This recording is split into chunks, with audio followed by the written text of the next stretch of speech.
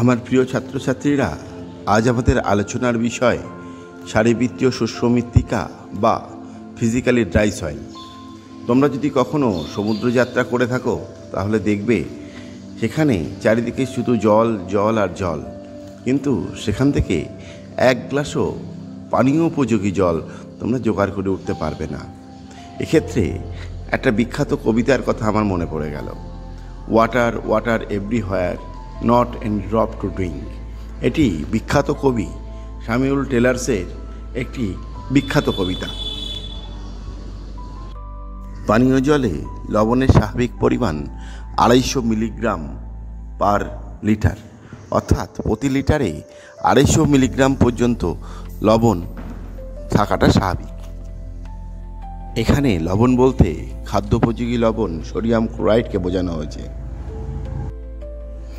অপরদিকে সমুদ্রের জলে লবণের পরিমাণ 3.5%, অর্থাৎ প্রতি লিটারে 3.5 গ্রাম NaCl অর্থাৎ সোডিয়াম ক্লোরাইড এর উপস্থিতি লক্ষ্য করা যায়, অর্থাৎ জল অত্যন্ত লবণাক্ত হয়ে থাকে। এখন আমরা ভারতবর্ষের উপকূলবর্তী সমুদ্রবেষ্টিত অঞ্চলগুলিকে ভালো করে দেখে নেওয়া যাক। ভারতবর্ষের দক্ষিণ অংশ সম্পূর্ণভাবে সমুদ্র দ্বারা বেষ্টিত থাকে।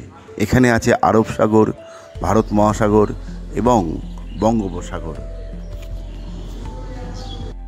আমরা যদি আমাদের সুন্দরবনকে দেখে থাকি, এই সুন্দরবন বাংলাদেশ এবং পশ্চিমবঙ্গের কিছু উপকূলীয় অংশ নিয়ে গঠিত হয়ে থাকে।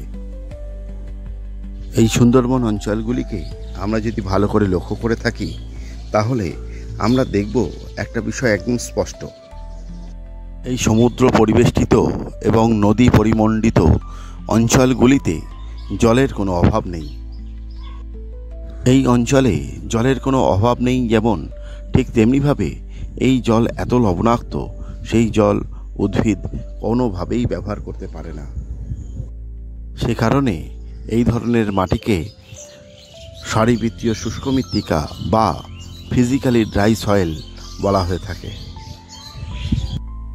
আমার প্রিয় দশম শ্রেণীর ছাত্রছাত্রীরা যারা এই বছর মাধ্যমিক পরীক্ষা দেবে, তাদের জন্য একটা প্রশ্ন প্রতি বছরই প্রায় এসে থাকে যে সারিবৃত্তীয় শুষ্ক মৃত্তিকা বলতে তোমরা কি বোঝো? এই উত্তরটাকে এমন করে লিখলে কেমন হয়? সমুদ্র উপকূলবর্তী অঞ্চলের মাটিতে পর্যাপ্ত জল থাকা সত্ত্বেও লবণের পরিমাণ বেশি হওয়ার জন্য উদ্ভিদ এই জল সরাসরি ব্যবহার করতে পারে না।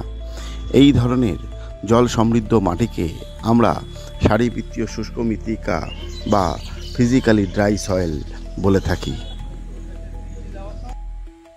আমার প্রিয় ছাত্রছাত্রীরা, এই ভিডিওটা যদি তোমাদের ভালো লাগে তাহলে তোমরা অবশ্যই লাইক করবে, কমেন্ট করবে এবং সাবস্ক্রাইব করবে। বন্ধুবান্ধবদের মধ্যে যাতে শেয়ার করে বিষয়টাকে ছড়িয়ে দাও, তাহলে নিশ্চয়ই তাদের উপকার হবে বলে আমি আশা রাখি।